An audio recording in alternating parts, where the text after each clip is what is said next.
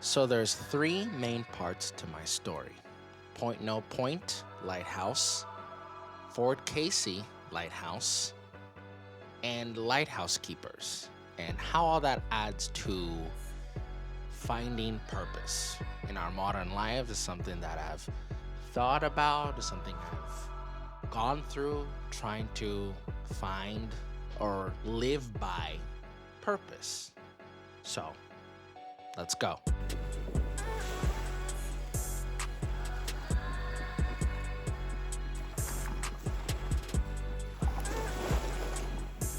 So, number one, Point No Point Lighthouse. It's actually weird name, but it's from the Point Treaty, which I talked about in my last video, which is where it was a treaty signed between the state and the native population to basically have their land in exchange for them to have hunting and fishing rights. So this lighthouse was constructed in 1880. It was a beacon of light for all of the sailors who were gonna now be entering the Puget Sound. The whole construction of it was because the Northern Railroad, something like that, was getting built in Tacoma. So now ships had to come down the Puget Sound, and they were like, okay, they're going to need help or navigation in order to traverse the area. It was up in 1879. John C. Maggs was the first guy to run it, and it was used for maritime navigation. And today, it still stands, and it's changed in a way. It's no longer using the older technologies. It's now has like its own radar and all of that. Um, but you can tour the station, and you can even stay overnight in the old keeper's quarters. You can spend a night and do all that if you want to live by that. So that's Point No Point Lighthouse. Put that aside. The other one I want to talk about is Fort Casey. This is actually very interesting. I didn't know about this. So Fort Casey, in the late 19th century, US was now scared of potential Navy attacks. So the government built three different forts: Fort Casey, Fort Flagler, and Fort Worden. I've been to all three.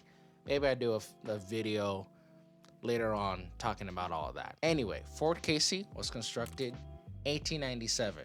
Gigantic guns which could fire 10 miles, like really, really good guns. But by the time they were completed in 1901, the military had already advanced, so it was kind of just those guns were made obsolete. Kind of sucks. So Fort Casey had an essential role in the World Wars. It was used as a training center for soldiers in World War One, and then in World War II, it was a station used for protecting against any potential enemy submarines. And then in 1953, Fort was decommissioned and sold to the state. Now, Fort Casey Lighthouse. This lighthouse is chef's kiss. Such great architecture. Really, really cool. It was remodeled, but anyway, so it was built in 1861 during the Civil War. That's when the original one was built. Here's a picture of the original and another side angle. And then it was constructed again at the entrance of the Puget Sound for ships to use it in order to blah, blah, blah, all of that, traverse the area.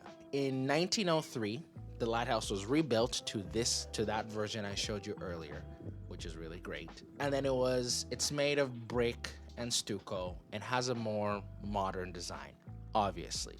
So it was such an influential lighthouse. Its light could be seen for 16 miles away. And then it was decommissioned in 1922 when it was no longer needed because of, again, technological advancement kind of brought them obsolete. And now it's a park and you can visit it. So we have Point No Point Lighthouse and we have the Fort Casey Lighthouse. What is the big thing in the middle that had me thinking about was the lighthouse keepers. The job of the lighthouse keeper was so essential for lots of reasons. They're responsible for guiding all the ships safely to shore if they want to come to shore and, do what they got to do on the land, or in order for them to not hit land and stay in the water. This was all before GPS and all before modern navigation tools. So sailors relied heavily on the lighthouses to avoid dangerous areas. So this light had to be on all the time, in the night, in the fog. If you're lucky to have a family, if you're sick, your wife's not gonna do it. Your wife's sick, both of you are all sick. Hope you have a kid. Kid's going up to do it. If the kid can't do it, you gotta do it sick. Sucks. This light needs to be on all the time. You would actually even get fired if you did not keep the light on for as long as you can. And this was with lamps. You know, like you had help with the different lenses that were used inside of the lighthouse, but you had to keep it going. You had to keep it going all the time. This meant you had to clean the lenses, refill the oil if your lamp was, because most of your lamps was with oil, and fix any other mechanical issues that you might have there. If the light failed, ships are gonna hit land. There's gonna be some kind of disaster because you weren't on your job. The other thing as well, they were the first point of contact for any ships that were arriving from, distant lands. So you would have to be the one to give important information of where you're gonna find food, where can you find a place to sleep, if you need fuel, or if you need other stuff you might need on the ship. Where you're gonna find it, who's gonna be your guy, how's the weather gonna be. You had to be the one to help them with all that. If there was some kind of emergency on the boat, it was kind of on you to help them with the situation. That was how significant this job was. For some of them, and some of the letters that they wrote or the tales, a lot of them actually liked the solitude and the connection to nature. You know, their role demanded lots of dedication, lots of courage, and lots of resilience. Qualities that can give someone a sense of pride and fulfillment. And I guess there's also some kind of romance as well of, being alone, a centennial of the sea, you're standing guard, while the rest of the world is asleep. In a way, if you wanted to, you could think of it in that way. But for some of them, there's also that satisfaction of knowing that they're saving many, many lives. Every time a ship comes close to the harbor, it's because of their hard work and also because of their vigilance. So despite how challenging it was, and man, it was challenging. There was actually a story I read of one of the lighthouse keepers. They had to get a cow to be transferred over there, and they had to make a garden because that's where you're going to get your food and your supplies that you have. So because lots of them didn't know when the next time they were going to able to leave and go do whatever. So maybe during the day you'd have a break, but during the night you got to be on it. That was just part of the job. Anyway, sidetrack. The role of the lighthouse keeper was kind of this beacon of hope and of safety for those people who were out at sea. They needed that role, even though it kind of sucked. If it was raining, if you were sick, if it was windy, if it was at night, even if you were tired, that light had to be on all the time for all these people to make it safely. So there's 4 things when it comes to purpose. First thing, responsibility and dedication. So the lighthouse's keeper, your main duty, keep the light on no matter what. That's your priority number 1. This requires a high level of responsibility and dedication. In our own lives, we can apply this by bringing dedication and being responsible for all of our tasks that we have, whether they're for work, they're for school, they're for your own personal projects or your own personal tasks. Bringing A sense of dedication and responsibility makes us, when you're done with it, there's a sense of fulfillment and purpose from that. Number two, solitude and reflection.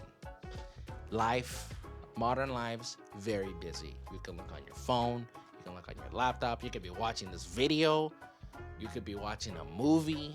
So many things you can be doing. But it is also very important that we give time for reflection as well. It's important for us, anyone, but a lot of us younger people, to reflect and think about our actions, our decisions, and the experiences that can help us understand ourselves better and find our purpose as well. At least having that time to sit down and be still and really think about, like, what is it really that I want to do? Or what are ideas that I can expand on for the future? It's good to have that time of solitude. I'm not saying be lonely all the time, but having some time to think about it, useful. 3, service to others. So again, role of the lighthouse keeper, guide ships safely to shore. This was a service, often saving lives. We can also find purpose in our own lives by helping other people. Whether it's, volunteering, mentoring, or even just listening to someone who's in need, that can also help us by finding purpose. And then the last one, adaptability. Lighthouse keepers had to adapt to the changing weather conditions and maintain the lighthouse in all circumstances. So life is unexpected. There's lots of challenges that enter our lives that we're really not looking out for or never thought it could happen to us. So being adaptable and learning to navigate through these changes can also give us a sense of purpose. This was inspired all by a conversation that I had, and I'll leave you off with this. Actually, let's just play it. Listen to this man who is a lighthouse keeper when we were there, and listen to how he talks about his job with a sense of pride that he has. Listen. Totally automated. You know what that means. First automation, that son of a gun went off anytime it wanted to. Oh, I got it. Yeah. So when that was pulled out of here in 2009, decommissioned, the locals just went, thank you. So is this place still fully functioning then? Like, as a lighthouse or? Oh, it still is functioning. Man, our lighthouse has been functioning since 1880, and it's still in use. If you step outside, you'll see that little tin can going around. That's the light. Our old girl is in the light to the right, outside. That's the Fresnel lens that was brought over from Paris, France in 1880. And she's retired in place. So she's a happy lady, but she just sits up there. Really, really, really good, huh? Even though the job itself is outdated and done, nobody's really a lighthouse keeper. Even him, he knows, like, the job is pretty much done. Technology has taken over. But the skills and the values from it can be helpful for us finding a greater sense of purpose and satisfaction. Call your mom, go outside. I'll see you next time.